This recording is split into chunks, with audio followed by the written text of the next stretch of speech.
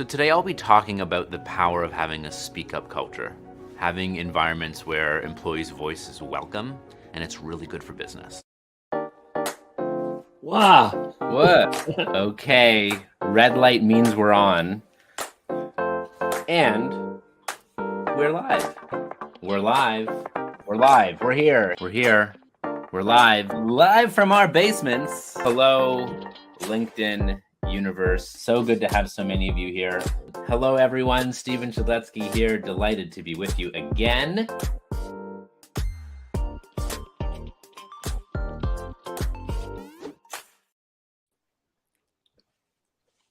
We're here. Hello. It is still Steven Shadletsky. I'm still in my basement, and I'm very, very, very delighted to be with two colleagues and fellow page 2 authors, Minette Norman and Karolin Helbig, Dr. Karolin Helbig. Hello, you both. How's it going? Welcome. Hello, Shad. So great to be here. Yes, thanks for having us. It's been long anticipated that we're getting together. Yes, this has been months in the cooking.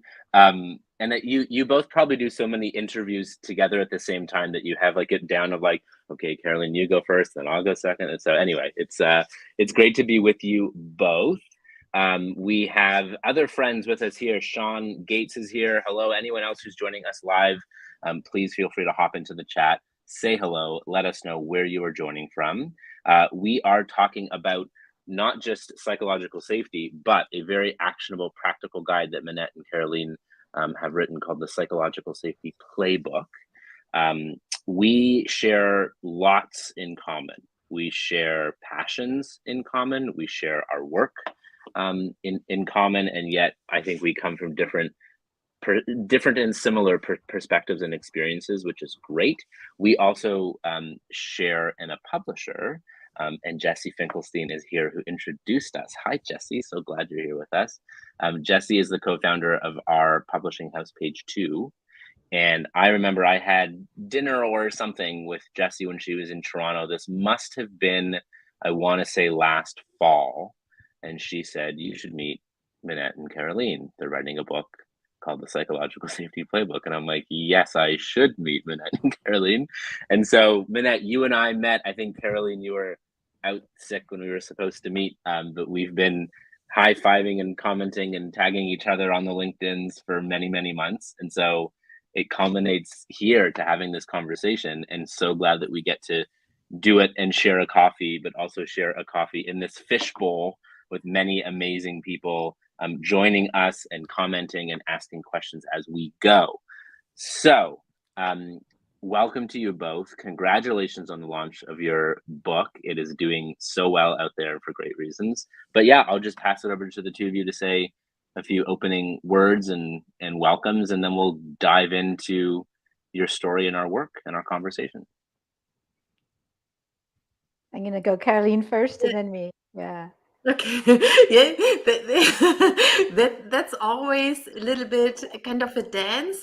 Who's going first? And we tend to go at the same time. So yeah, Shad, it's so great to be here, and yeah, much anticipated, and I'm really looking forward to discussing and also to discover what are our joint passions, speaking up, creating psychologically safe teams. Yeah, and thanks for inviting us, and thanks for creating this opportunity to really have a great conversation. I'm so much looking forward. Yeah, as am I. And I think I mean, obviously we haven't yet read your book because I know you're still in the works on the editing, but I suspect there's lots of synergy and overlap and complement to one another, the two works. And so I think it'll be fun to dive into some of that today.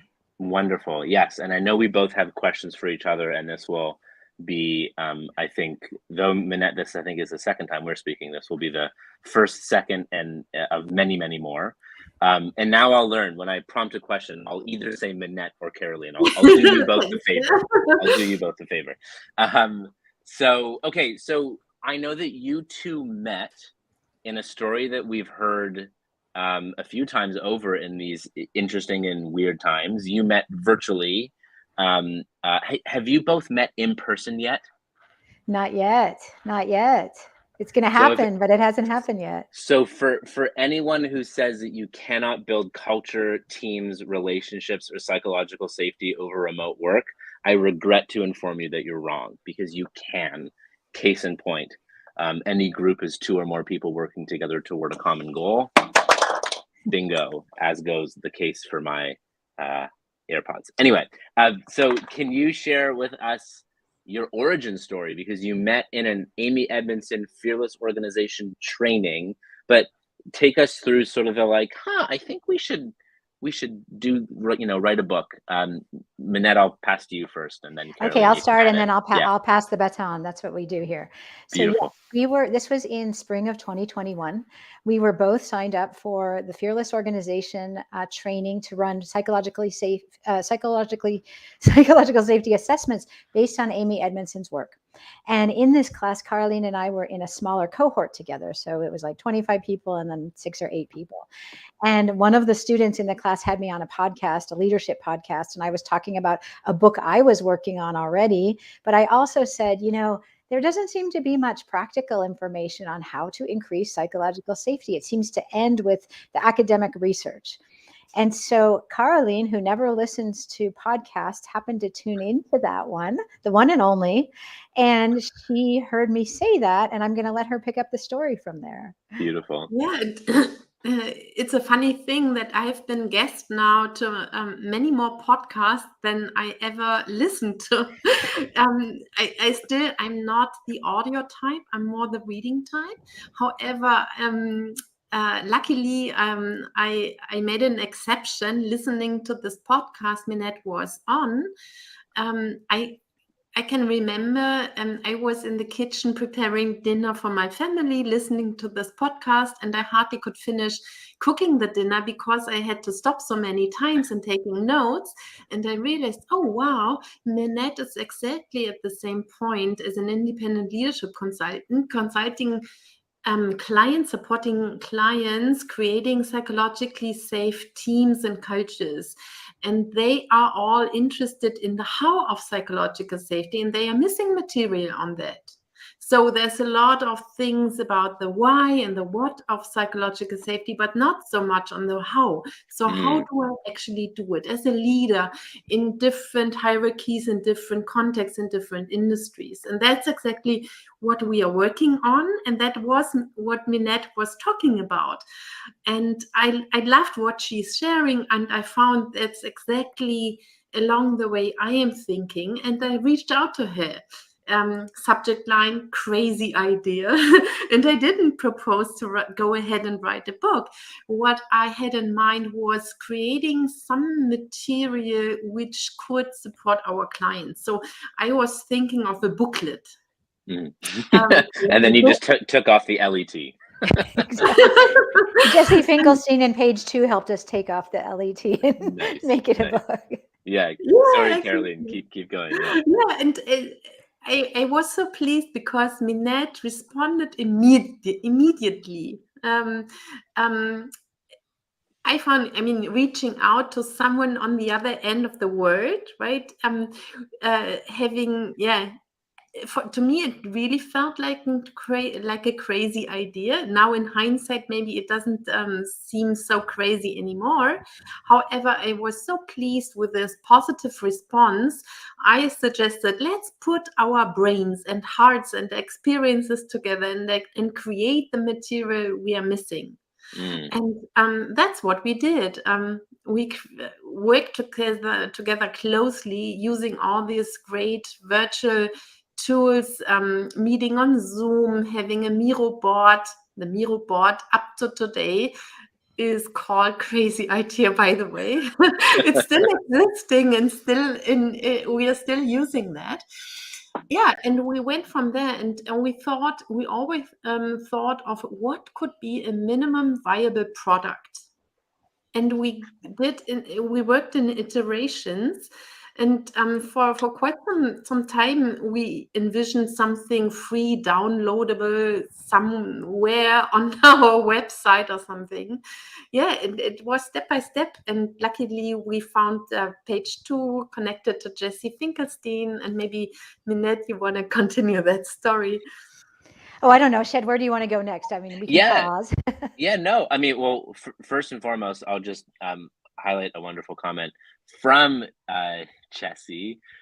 This co-author team is one of the most stellar instances of collaboration I have ever seen. They really walk the talk of their book, which is the ultimate delight and responsibility. Writing books of this topic, because we have to actually operate as a team that lives the message that we're espousing, which is wonderful. And Karolin, you're based in Germany, and Minette, you're in California. So what's that, like at least 8 hours difference, right? 9. It's generally 9. Yeah. Generally 9. Yeah. Generally 9. It's during daylight savings time, and we change at different times. But yeah, we're 9 hours apart. One of the things that I think we really believe is that we have walked the talk. As Jesse said, we created an environment, never having met, that was safe. And we were just on another podcast, and like one of the things people say is like, you can't just walk in and announce this is a safe space, right? But people do, like, this is a safe environment, say anything. Well, it doesn't work that way. Prove it. You have to prove it through your behavior. Yes, exactly. And that's what we've been doing over, now it's a couple of years of working together. It was that, in fact, a vulnerable act of sending a crazy idea, what if we collaborated, to strangers, and then a crazy response of yes, right? Yes, what if? And then from there, everything was just experiment, getting to know each other. That very first vulnerable act of, let's each try to write something and share it with each other. And I remember that we each took a topic that we had brainstormed, sort of a table of contents, and like, let's take the one we're most comfortable with, and we'll each draft it, and then we'll share it with the other person. Well, the first time you share your writing with someone, it is an act of openness and vulnerability, right? And then to comment and to take feedback and to say, I like this and I would like to do this differently. And we somehow, and I think this was just because it all seemed like a crazy experiment to us, we were just open to it. We don't get defensive with one another. We don't always agree. We give each other feedback. We show each other, as we say, our shitty first drafts, and that's okay.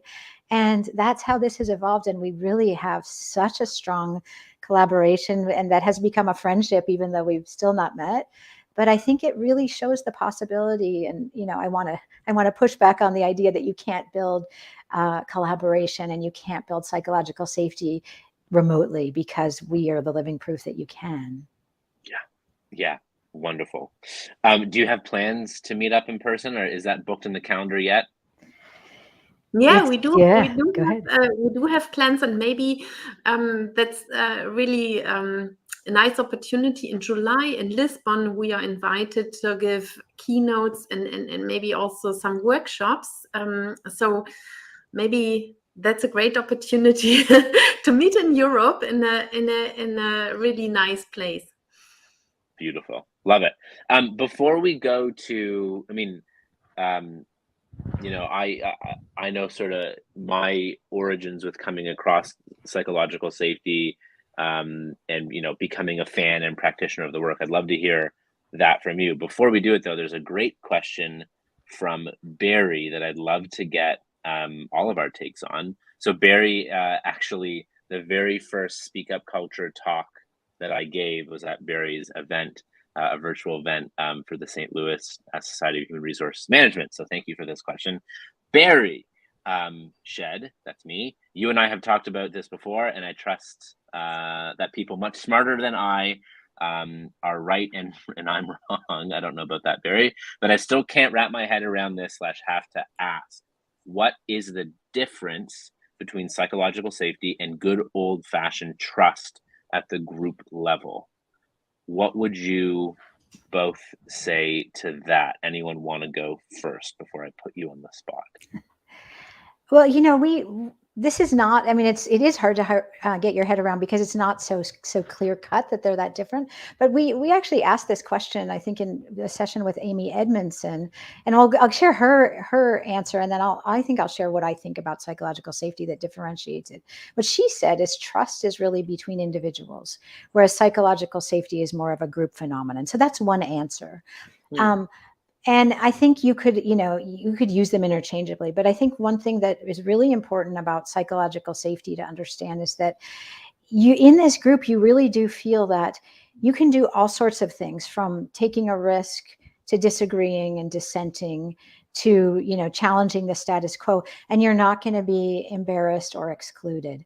Maybe trust is the same, but often trust is that, like, I know that you're going to do what you say you're going to do, and you're not going to betray a confidence. I think maybe psychological safety is an even deeper and more fundamental need at a team level, that if we're going to function really well together, we can take these risks and open up in a way that, and I don't know, I mean, I don't think there's a clear distinction, but that's how Amy said it was more like one-to-one versus group phenomenon. Karolin, do you want to add anything to that? Yeah, and maybe yeah, obviously they're closely linked. However, maybe to make it clear that they can be different, psychological safety is a team phenomenon. And you can, for example, be in a team with quite low psychological safety, measurable, maybe based on Amy Edmondson's methodology, and at the same time have one-on-one connections with other people with different trust levels. So, for example, even in a team with low psychological safety, maybe I have a coworker, a colleague, which I'm highly trust. So I think that one-on-one connections and separately a group phenomenon, probably that's the way I would think about it. But I see, Shed, you're skeptical. No, the thoughts I have here are, so I think they're inextricably linked, meaning, you know, I don't think you can have psychological safety without trust. Could you have trust without psychological safety? I'd be interested to hear the case of being able to have psychological safety without trust. So I kind of think you can't have one without the other. I don't know the answer to your question, Barry, but I think what could be valuable is, why don't we define trust? So we have a definition of psychological safety. Amy Edmondson has one, which is, you feel safe to take interpersonal risk, right? The way I would define trust, and I'm leaning into my work with Rich Deviney, who wrote the book The Attributes, retired US Navy SEAL. If you don't have trust, you can't do the job, and people die. So, like, trust is important, high stakes. And so Rich describes trust as a belief, not a feeling. And he defines a belief as something that has been justified over repeated experience. And he's broken down trust into 4 C's, which I really like: competency, consistency, character, and compassion. If we have all 4, that is a maximally trusting relationship. Now, trust is also, I go to the stoplight, and when my light is green, I trust in the competency and consistency that the other traffic light in the other direction is red. Like, that's also trust. That's a piece of trust. So competency is, you can do the job. Consistency is, you deliver, do the job consistently over time, and I experience you consistently. So part of authenticity is in consistency as well. And then there's character, which is integrity. You do the right thing, even if it's hard, especially if no one's looking, which is highly subjective based on each culture.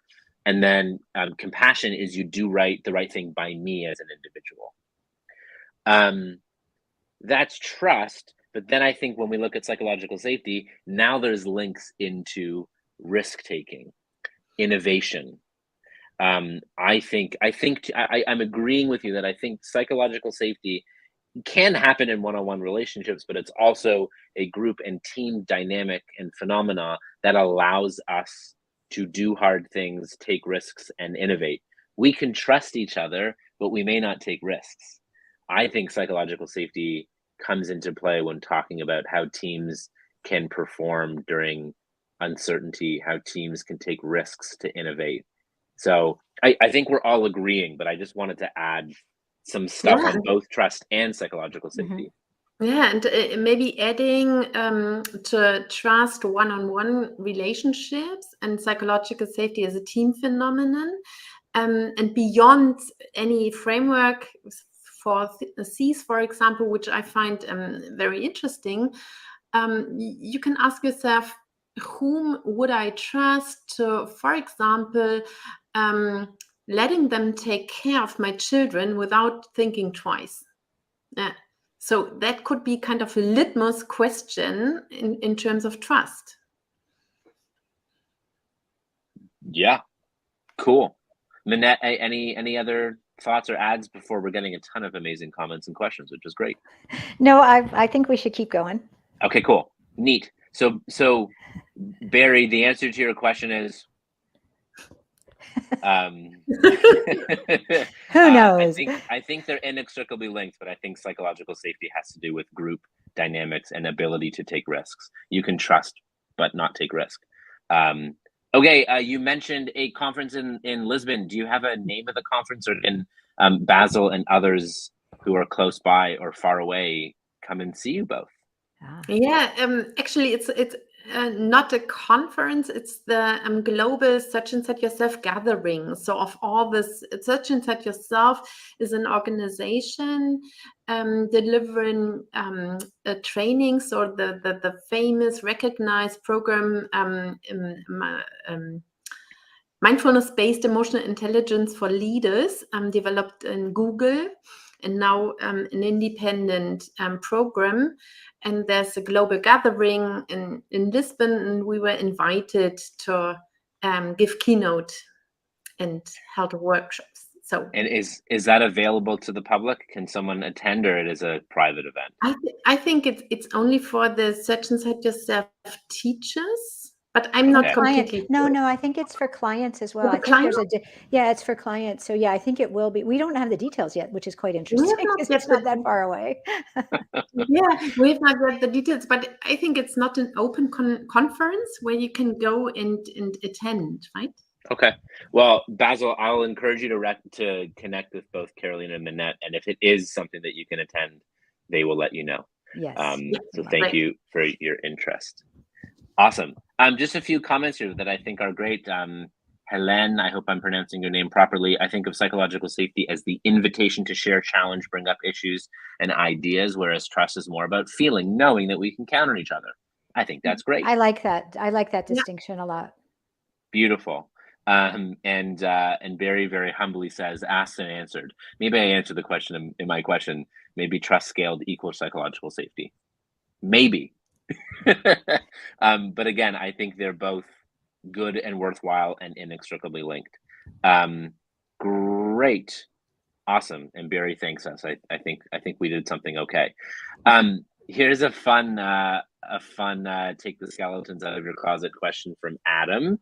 And that's great, but maybe you guys just clicked from the get-go. Was there really any tension between you from the beginning that maybe you had to overcome? So one of the myths that I know we're on a vendetta to bust with psychological safety is, I think one of the myths with psychological safety is we just get along all the time, and that's not true. So much of psychological safety is the ability to disagree and disagree well with respect and tact, and actually use conflict productively. So can you speak to moments of tension or not agreeing, or those moments where you weren't quote unquote getting along in the collaboration process? Karolin, do you have anything? Or Minette, do you want I would have not thought about in terms of tension, actually. Disagreement, yes, because we, I would say we even often kind of have different ideas and maybe disagree about the content, but it's not a tension on the personal level. So we always feel, I would say, a good and close connection, and we can have different opinions and different views and perspectives about the content. So attention to me has a little bit more the meaning of a friction in the personal relationship, and this is not, I would say, not something I've ever experienced with you, Minette. No, and I think, there is a little element to the person's question. I'm sorry, I forgot the gentleman's name. Adam. Adam. Yeah. To your question, Adam, we did click, and we have to admit that there was just an instant connection, which there isn't with everyone, and so it's much harder. I mean, I probably wouldn't have said yes so eagerly if I hadn't already connected with you, Karolin, in the class. I had already heard her speak. I had seen what you were about, and I just connected with you. It's definitely harder, and those are the ones where we have to work harder if we don't naturally click. We have disagreed. We have also very different strengths. And so one of the things we had to learn is like who's good at what here, and play to our strengths and not to our weaknesses. So for example, I can keep up with my email, which Karolin has a problem with. I can't draw to save my life, but Karolin's really good at doing all of our illustrations. So we play to our strengths and not to our weaknesses, because I think there would be tension there if we didn't, capitalize on what we're particularly good at. Beautiful. And that's team. And that's the Exactly. business case for vulnerability right there, which Right. is vulnerability is defining our strengths and weaknesses and wearing them on our sleeves, such that, between the two of you, who should step up and who should step back, and where you need to hire help or form partnership or whatever. That's the business case for vulnerability right there. Yeah, Love it. mentioning emails, which might be really one of my weaknesses. I really highly depend on Minette's forgiveness. Yeah? And I'm so grateful for that, because in our collaboration, it's never that there's some kind of shaming, blaming. I mean, I feel bad about not catching up with my emails anyhow, but Minette is not adding to this bad feeling. Nice. Yeah, the distinction I like to make is when we have psychological safety, we can dissect ideas, not dissect people. Yeah. It isn't personal. And I think we actually need a lot more of this discourse in society. In my book, which is coming out in a few months, the preface is called "What's at Stake," and I go into the Boeing 737 Max tragedy, which is a documented speak up culture issue. Yeah. And then my second to last chapter of the book is called "What's Really at Stake," and I go into and don't tell anyone I've written a business book, but it's really a philosophy book, just disguised as a business book. Don't tell anyone. And then in that chapter, I go into diversity, equity, inclusion, and belonging. I go into neurodiversity. I go into I talk about gun control, abortion, immigration. Like, I talk about the stuff. And when we look at what's going on in society and the real tension in society and the unrest in society, we need more of this. We need more psychological safety, and we need more environments in which we can speak up, disagree, but still attempt to form understanding, respect each other. My colleague who I've had on this show, Juliana Tafour, has a brilliant documentary called Listen, where she literally got 6 people, 2 people for each on gun control, abortion rights, and immigration rights. And they were on polar opposites of views. And 2 out of the 3 pairs became friends, ended their conversations in tears and hugs. The last one, which was on immigration rights, ironically, a first generation immigrant was arguing with a second generation immigrant around immigration rights. The one who actually immigrated to America called the other person anti-American for being pro-immigration. It's like, what? And they had to walk away. So I think we need so much more of this in a societal level to actually give us a shot at getting along as a species. So I couldn't agree more, Shad, and that's actually one of the really ground themes in our book. The subtitle is "Lead More Powerfully by Being More Human." So our shared humanity, that's really so important to stress again. And we tend to, I don't know, it's within companies already. Everyone works in silos. There are so many divisions and they kind of fight each other. So it doesn't need to be this big disagreement of opposite polarities in terms of politics and so on. Even within companies, there's so much one against the other, and so much need of really reminding ourselves of our shared humanity and seeing what we have in common. We share so much more than we are aware of. And it's, it could set free so much more energy and so much more productivity, creativity, innovation when we recognize what we have in common and when we stay closer together while we disagree about certain content. Yeah, nice. And let alone organizational health and individual health and well-being, as well as maybe even some potential peace and harmony within and beyond organizations as well. Minette, anything to add before we get to a couple more great questions that actually get us into the meat and potatoes of the book, which is great? Oh, well, maybe just one thing, which is that talking about being inside a company, and Karolin talking about the silos, that's actually how I came to this work, interestingly, is because I was leading engineering at a big tech company, and we were so siloed, and I was supposed to get everyone to work together. And it seems like we were dealing with technical hurdles, like, oh, we have different code repositories, we can't share code. And it was really about people being willing to listen to other points of view and consider that their answer was not the only right answer. And I just got so interested in collaboration and speaking up and listening. And then I also and this was really personal for me, is, I was a woman leading engineering in a very male dominated field. And I was a non-engineer who ended up in that position. And I felt like the other person all the time. I felt like the outsider, and I felt very hesitant to speak up so much of the time. I weighed every word because it had to be so intelligent before I spoke up. I couldn't just share my wild idea. I had to have it perfected before I opened my mouth. And I was so not the only one. A lot of people were having this experience. And I was just like, there has got to be a better way. We are missing out on so much, creativity and new ideas because people are so scared, including me, to speak up.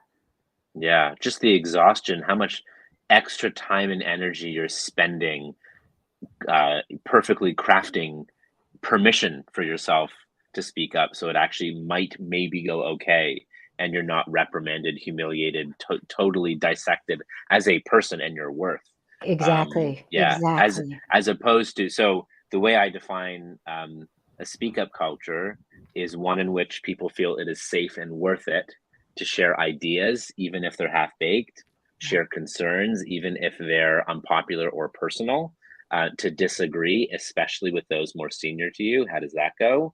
And if it doesn't go well, you don't have a speak up culture. And admit mistake, believing it will lead to improvement, not punishment. So I think Minette so wonderfully said. Okay, a couple more, and then I know we still have some outstanding questions we're intending to cover, so this is great. Just appreciate, Adam, your question and your vulnerability here. Thank you both for being so candid. He says, for me, the challenge when modeling behaviors that increase psychological safety is having the courage to overcome the anxiety when I am feeling it, hoping to glean more ways of being able to do this. Thank you for that vulnerability, Adam, and I hope you continue to find people and environments that make the anxiety feel less. I don't think the goal is fearlessness. The goal is to fear less. So I hope, Adam, you find those environments and find those people who help you feel that way. Karolin or Minette, anything to add here before I get to our next question? Yeah, maybe from a biologist perspective, I'm a scientist by background. Yeah, the goal can't be to get rid of fear, right? As long as we have brains, we will experience fear. The goal is not to let fear stop us. And as you said, fear, taking risk despite our fear and not being punished, and learning, oh, it's okay to take risks because this is productive, this is triggering productive dialogue, this is I don't know, opening up the conversations we all need to have in order to be clear about our perspectives, in order to bring forward our product, and so on and so on. So it's not punished and maybe even rewarded to take those risks. Love And that. so feel the fear and do it anyhow. Yeah. I love that. So I just wrote down, the goal is not to let fear stop us. And then I added, the goal is to let fear inform us. So Yeah. taking from Susan David's work with emotional agility, emotions are data. Yeah. Fear means this matters, or fear means I'm scared, or fear means I'm dangerous, or This is dangerous. this is dangerous. It could be I'm dangerous. No, I have maybe. fear. Shed. So my colleague again, Rich Davini, says, beware of the fearless leader. That's the one who's going to get you killed, because fearlessness is not the goal. Fearlessness is actually dangerous. Yeah. Fear is designed to keep us safe. Now, if we let the fear overcome us so that we don't take any action, maybe that keeps us safe if, the goal is to run away from a saber-toothed tiger. But, if we feel the fear, use it as data to say this matters, or I don't feel safe. So yeah, if it weren't for fear, we wouldn't have courage. Exactly. Yeah. And for example, monkeys without an amygdala, so without fear, they die. So it's not viable. Yeah. Fearlessness is an idealized notion. Mm-hmm. Yeah. The goal is to create less fear. Minette, anything to add before I get to a great question here? Okay, let's do it. So I know you all have plays and moves, which we'll cover. Helen asks the perfect question. If you could offer, I think you can offer more than one step. So let's see, maybe at least 5. If you could offer one step that a leader could take to be intentional about creating psychological safety with their team, what would that be as a way to begin? First and foremost, the one step you should take is to buy the Psychological Safety Playbook. But the second step, and more, I know you've designed the book with plays. So there's communicate courageously, master the art of listening, manage your reactions, so important.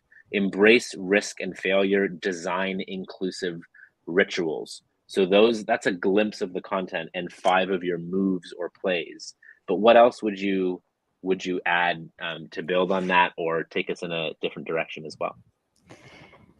Oh, I'll start. I'm just going to jump in right here. I'm so glad you have our postcard. So the way we've structured the book is those are the 5 plays, and within each play there are 5 moves, and we don't have the 5 moves on there. Those are just the 5 plays. So they're basically 25 individual actions that you can take, and any of them are great starting points, any of them. I'm going to pick the first one, and then I'm going to let Karolin pick another one to share. So the very first one in the book, if you're a leader and you want to create a more psychologically safe environment for your team, the very first thing you can start to do is start to ask the question, what am I missing? And it sounds so very simple. What am I missing? First of all, I didn't hear leaders say that very often. They would often say, do you agree? Does this make sense? Kind of yes, no. And no one really challenges at that point. But if you say, what am I missing? What you're doing is you're saying, I'm human. I can't possibly have thought of everything there is here. Even if I've consulted a team, I want to know what I haven't thought of. I want to know what your ideas are. I am inviting you into this conversation. And what we also say in the book is the first time you ask that question, it's kind of like saying this is a safe environment. Maybe you'll be met with silence because they've never heard you ask the question, what am I missing? But if you say, I really do want your feedback. And if you don't think of something right now, ping me afterwards, send me a DM, come by my office if we're in the same place, call me, let's set up a meeting. I want to hear what you have to say. And then just keep asking until it becomes the norm. And then others will start to do the same. And you'll start to just share that none of us see everything. We see everything only through our own lens. So it's a really great starting point. Love that. Karolin, what am another I move. Yeah. This is also, there is so much attitude behind it. It sounds maybe small and simple, but it has a lot to do with humility. Humility as a leader. As Minette explained, I'm not seeing the full picture, maybe even the truth, and I need the team to complement. And What I'd love to pick is looping back to what we discussed earlier about taking risks, right? And how important it is in psychologically safer teams that taking risk is rewarded. And for that, we also offer 5 actions you can take as a leader, as a team member. One is, for example, whenever you start something new, for example, a new innovative project, whatever it is, making it clear from the beginning, very explicitly, that failure is something you expect. So, for example, saying, this is new to us, we will experience failure. So that it's clear for the team, failure is not something to be avoided, to be hidden, it's something to be expected, because success is on the same way, on the same road as a failure, but just further down the road. So there will be failure. Let's openly discuss and extract the value out of it. As you said, Chad, emotions are data and failure is also data. It's interesting. And let's see what we can learn of it. Nice. So normalizing and taking the shaming, blaming out of it. Yeah. And what also in terms of taking risk is so important, we said psychological safety is not something you can declare and that's it. So we have a psychologically safe place here. No, it's something you as a leader have to model. To be really powerful. So the most powerful thing you can do is to model learner behavior and share openly the failures you experience personally as a leader. Here, that was a mistake, and that's what I learned. Love that's a great way to model what you would love to see in the others. Nice. Just a couple comments on that, and then I have one which might be one of the moves. So let me know if it is. But just to add, Karolin, to what you said, if there's conversation of decline of innovation, but we don't talk about lack of psychological safety. So if we don't have psychological safety, if failure is punished, we will not have innovation. Because in order to innovate, what do we have to do? We have to experiment. What is a natural result of experimentation? Failure. And so if you punish people for failing, you don't get the output of innovation. However, there is a responsibility of leadership, I think, because as leaders, I think we need to put our people in positions that if they fail, it is a bullet hole above the waterline, not below the waterline. Because if we set our people up to fail and it sinks the ship, that's on us as leaders. If we set our people up and they fail and it's a puncture above the waterline, we can repair that. That's fine. That's called a lesson. That's called growth. So I think we need to set our people up that should they fail, it is a fall forward and not a sink the ship moment. And if it's a sink the ship moment, that's on us, I feel, or that's on leaders for giving too much leash and not providing enough support. Thoughts on that before I maybe even share one move? Minette, do you have a thought there? Well, I do. I mean, it made me think of something that happened once in a software company where I worked, where there was a massive project. It was like I was re-architecting something, and it was a very large undertaking. And the team at some point, like whoever the software architect on the team was, realized this was not going to work. But it was not a culture in which they could share that. And it got almost to the point where they were supposed to release this product and there was no way it was ready for the market. Now, that person and probably many of the team members, I don't know all the details, but they knew that this was not going to work. And it would have been so much less harmful for the company, for the team, for the customers even, to have called it early, like, we're on the wrong track. We are learning from this. We need to do something differently. But they let it go and go and go until it was incredibly expensive. It was incredibly damaging. And I think someone lost a job over it, or at least lost the position because they were afraid to speak up. So this really does happen when we do not embrace that we're going to iterate and we're going to learn as we go. And we don't have to wait till the very end, when the plane crashes or when the software just can't go out or whatever it is. Yeah, and again, creating cultures where people are rewarded, not made the problem or punished for speaking up. and saying, we have an issue here. That's actually, if we punish the person who speaks up, guess what we get? No one ever speaks up again. That's a shut up culture, not a speak up culture. Exactly. Yeah. And instead I just rarely, unfortunately, this is what one of the things we want to change is that the person who calls that out gets rewarded for calling it out. Yeah. You know, and that's sort of that old Toyota thing about stopping the line, right? Like you were not punished for that, but somehow that hasn't transferred into many other businesses that I've seen. Yeah. And maybe adding to your above below the waterline, another kind of category to look at failure is, of course, not all failures are intelligent, right? It's more about how can we fail intelligently, and Amy has a whole chapter about failure and the different categories, and that's also something which can be very productive for teams to think about. Okay, what's the most intelligent failure we could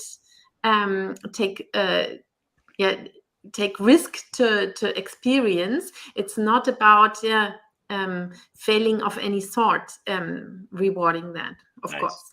Nice. And Amy's next book, which comes out in the fall, is on failure as well. So I'm sure she will expand. Exactly. Helen, thank you for the great question, and I love your comment back. What am I missing? Such a great question. What I love about this, and what I love that you both have done with your book, is you're equipping leaders who may not necessarily naturally or have in their toolkit yet the things to do. And when you give someone a powerful question, and you're like, just say this, and then like. It's like, oh my God, like everything shifted. People trust, they spoke up, I got answers. Like, yeah. And so, you don't necessarily need to have the innate ability or have all the tools. You can just start with little tools, and just the flywheel goes from there. The other thing I'd love to add in, this is one of the sort of moves that I advise people to do, and I'm not sure if it's in your book. It might be. It probably is, because of your master the art of listening. I've seen so many senior leaders come into rooms and say, all right, everyone, we have an issue. This is the issue. We need everyone's ideas in order to solve it. Here's what I think. And it's like, no. Like, stop there. Before, like, I have ideas, but before I share mine, give me yours, because if I just share mine as the most senior person in this room, you're likely just all going to agree with me, right? That gets us into groupthink. And so sometimes, Minette, even before asking, what am I missing? We can say, all right, here's the problem as I see it. What am I missing? Or anyone see the problem differently than I? Now, what do you think? And speak last. Yes, I mean, we don't actually have that as one of our moves of the leader speaks last, but it's of course a really good one. It's the 26th move. It's the 26th, but we do say that it is that the what am I missing always comes after your proclamation about something, whether it's a presentation or whatever it is.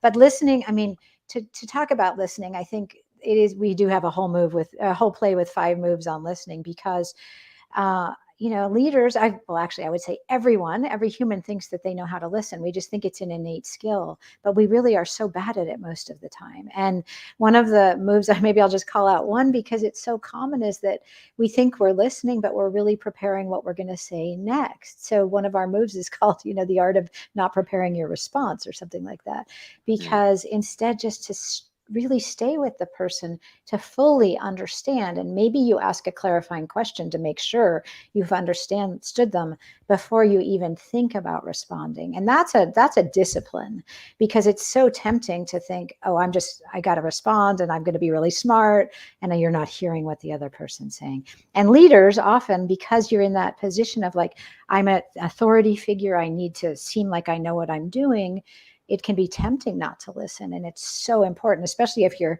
trying to create a safe environment, you're trying to bring in other voices. Well, you damn better listen to them when you do hear them. Nice. Yeah, and behind listening, there also is a lot of attitude to it. So we earlier spoke about asking the question, what am I missing? And this is really shifting to more humility. Mastering the art of listening requires us to let go of our need to be right a little bit. We are so often, especially senior leaders, are so convinced of being right, and they really have this big need of putting forth their own perspective. And Yeah. they think in terms of either or, and of course, I'm right, you're wrong. And we invite everyone to really shift to a whole new game where we really gain a lot of creativity and a lot of enhanced collaboration by letting go of our need to be right. And Yeah. first of all, understand, listen to understand, not to respond, and have in mind that really understanding doesn't mean agreeing. You still can have your perspective and your view of things, but first of all, make sure you understand the other person and then put forth your perspective. Beautiful. Yeah, as our other fellow page 2 author Michael Bungay Stanier says in The Coaching Habit, or maybe it's The Advice Trap, I forget which one. But stay curious just a little bit longer. So I Yeah, think leaders have exactly. the humility Exactly. to ask one more question is so good. And as well, Caroline, you make me think that not only do leaders, not all leaders, but many leaders or some have a desire to ensure that their opinion is both heard and right. Biologically, I would argue, and I'm aware I'm speaking to a biologist now, but biologically, I would argue that we are also wired to make the leader right, because we are a hierarchical species. We are biologically wired to offer deference to those who have more status in any given culture.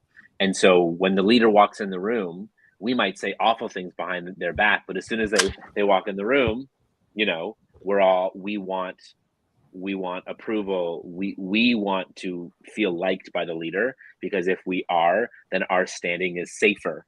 So it really is so important for leaders to set that tone and say, I have an opinion, but it isn't necessarily the right one. I need and want to hear dissenting points of view here. The leader must go first with vulnerability, with fallibility, to point all this out, to debunk our wiring to make them right. Yeah, absolutely, Shad. And it's a little bit maybe also linking back to this theme of common humanity. And this is very important to us. And this also goes in both directions, right?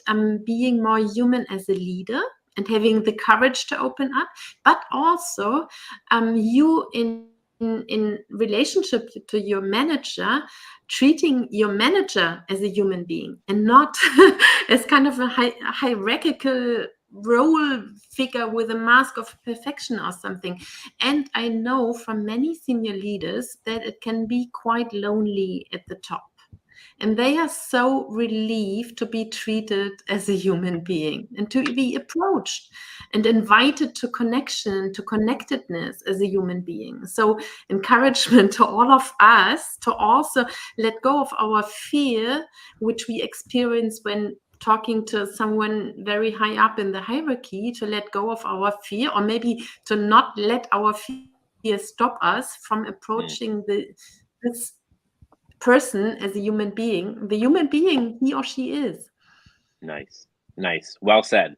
We have a couple more here and we're nearing time. This has been such a blast, and thank you all for your great questions and participation. This has been juicy. My dear friend and colleague, Matt Dunsmore, it sounds like articulating what acceptable failure or meaningful failure means at your organization during the onboarding process would be really helpful for new employees to feel safer to take those risks. I think absolutely yes, as well as at the beginning of any new project, like bringing any team together, saying, here are guiding principles, here's what's rewarded, here's what's not tolerated. I think, Matt, absolutely yes. And repeating this, declaring it new, changing it when it needs to be changed. But anything to add here, Minette, and then Caroline? No, I think, that's just one of many things that I think need to be explicitly stated. So yes, what does failure look like? How do we communicate? How do we run our meetings? All of these things that often are just unsaid and unspoken and not great. And instead to be very deliberate about how are we going to do these, whether it's onboarding or any new project. Yes. Nice. Beautiful. Yeah, Caroline. it's so important to stress stress how we handle failure, and it's not about fabulous fuck up nights and making kind of check mark. Yeah, we have a failure culture. It's really more about the daily little things. So, for example, whenever you run a retrospective in Agile, really looking at failures in a different way and framing them as learning opportunities and speak more openly about them. Beautiful, beautiful, beautiful. Okay, we have one more question here. Then I think we're gonna begin to wrap up here. I'm told this is asked from Bella. Oh, hi, Thank Bella. you. Yeah. How do you begin to change a shut up or one way leadership culture when it's so entrenched?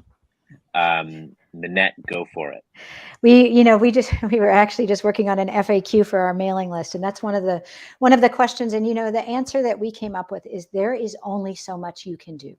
So you can control what is in your influence, whether it's with your immediate team that you manage, with the peers you interact with. You can share the good things that are coming out of working on increased psychological safety. You can share that with your higher leadership and say, like, look, I'm getting more innovation. We're having better performance. Share the wins, which sometimes can be infectious, and they might start to consider that this is a way to be.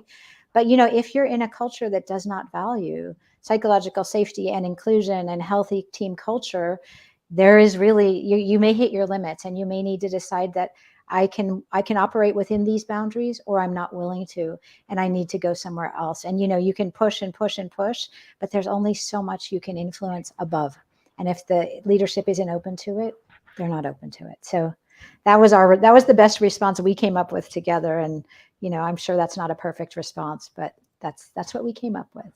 That's great. Yeah, and Karolin, yeah. there's only so much you can do, and we often underestimate our influence. So I've seen whole divisions really shifting in their culture, and there was just a little starting point, a little small team where the team lead really embraced, for example, just growth mindset and establishing a new way of dealing with failure. And that had a ripple effect to the whole division. And now they are running workshops teaching other divisions in their company about growth mindset. How beautiful is that? So start where you are. Encouragement to all of you. Take one of the moves we offer in the book and see what's happening. It's all about experimentation. Yeah. Beautiful, beautiful. I love that. Yeah, this notion that we can, the tail can wag the dog. You can actually create change in a smaller pocket. Bella, find at least one or two other people, whether they're at your level, more senior, junior to you, who want to cultivate this type of environment, and just do it for each other. And you can create like this mini microcosm, high performing, high trusting team that in the end the results are better. And then senior leaders go, what are you all doing over here? Oh, we're putting our people and our purpose first. Oh, can we do that? Yeah, Yes. sure. Can you teach us? Yeah, happy to. Want a promotion? I'll consider it, So I think, love the one you're with, perhaps. And then if and when you do get promoted or you move to another department, team, or organization, you now have an amazing team that will come with you. So nice. Minette and Karolin, thank you so much for joining us. Thank you everyone for your amazing comments and questions and engagement and participation. We will have this as a recording here on LinkedIn as well as on YouTube. So if you want to revisit it or share this with someone who you feel would benefit from listening to it, or who really needs to listen to it, feel free to check it out there. Minette, Karolin, thank you so much. I'll leave last words to you. Karolin, to you first. Thank you so much. I really enjoyed our discussion, and at some point, I'd love to to continue and explore the link between speaking up and psychological safety, because I often experience people saying, okay, I need full psychological safety before I can speak up.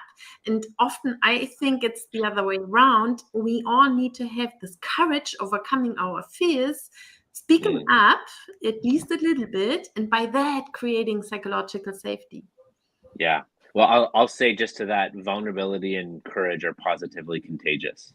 And Yeah. so, and you know, it's not like, well, I'll wait until psychological safety is at a level 7 and then I'll speak up. Because by the way, it's a perception.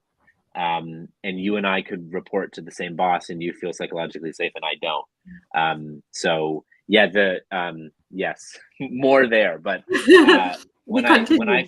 when I first started writing Speak Up Culture, I thought I was just rebranding psychological safety, but I'm not. I'm actually building. Oh, did Shed just Of freeze? impact. Oh, okay. Oh, am I here? You're back. You're back. You were frozen for a second. It's psychological safety and perception of impact. People will speak up when they feel safe enough and that it's worth it. And sometimes people will speak up even if they don't feel safe, but the stakes are too high. Yeah. And that's when you get whistleblowing as well. So, Minette, any last words from you as well? Well, just that it was great and that it feels like only the beginning of a really rich conversation because there's so much to unpack here. And yeah, I hope that people who are on and listening will connect with us, read the book, share their feedback. I will say one thing I'm really interested in sort of learning more about. So if anyone out there wants to talk about it, as and both Karolin and I have worked very much internationally. I've worked with lots of different cultures. One of the things that I haven't seen much research about is psychological safety in especially Eastern cultures, very hierarchical cultures. And it can be a very big challenge for leaders, for example, that I've worked with in Asia, who say no one will speak up here because we are so hierarchical.